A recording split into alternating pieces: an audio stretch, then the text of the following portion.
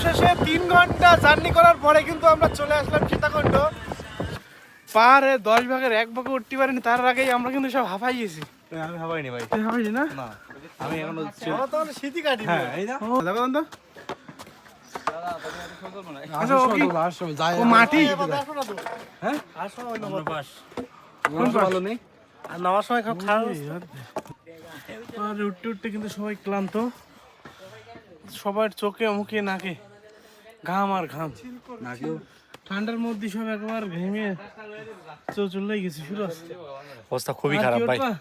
না না না আমার গাইস, আমার বুকের ভিতর সেকেন্ডে 10 বার করে দুপ দুপ দুপ দুপ করতেছে। স্টক কর ভাই। আর অলরেডি হাফ দূর পর্যন্ত চলে আসছে আমরা। এখান থেকে ভাবতেছি কক্সে চলে যাবো। কানে ধরছি আর না। কি করলে এটা? আমরা কিন্তু এখন আসি সীতাকুণ্ড যে মেন পাহাড়, যেটা মূল পয়েন্ট মানে সর্বোচ্চ মানে সবচেয়ে উঁচুর যে পাহাড়টা, সেই পাহাড়েই কিন্তু আমরা আইছি। এখন পাহাড়টা দেখাও।